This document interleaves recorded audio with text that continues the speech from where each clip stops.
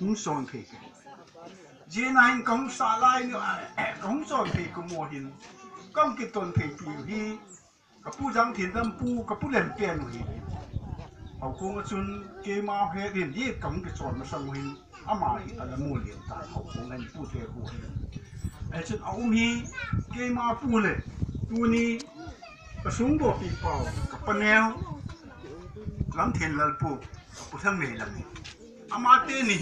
a hungun athum na chun kêu il sung lagin bo gen ta lagin kapa khama pa kanau khama pa kapane ngi lam to ti go le hin che tak hin kapasi khulen to tu ni isu do pi pa kapasi khule hi to itu go le hin kêu sang tagin ka lo mo ka hi layo chun ai danin kapate lagyan pawin halu le jong khal te la ki hin